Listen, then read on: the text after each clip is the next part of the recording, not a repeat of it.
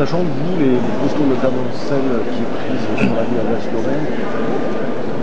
est importante puisqu'elle identifie le fait que votre client, finalement, la thèse des policiers, et c'est d'ailleurs assez extraordinaire, c'est de dire qu'on est au milieu d'une manifestation, il y a des gens qui arrivent avec une échelle,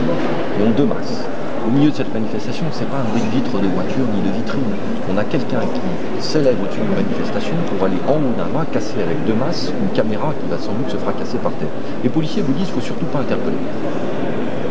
Et puis, en revanche, quand ça va être la dispersion 2 heures plus tard, on dit « Ah, mais on est sûr que cette personne qui n'a pas la même tenue que celle qu'elle portait au moment des faits, c'est bien celle qui a commis les faits. »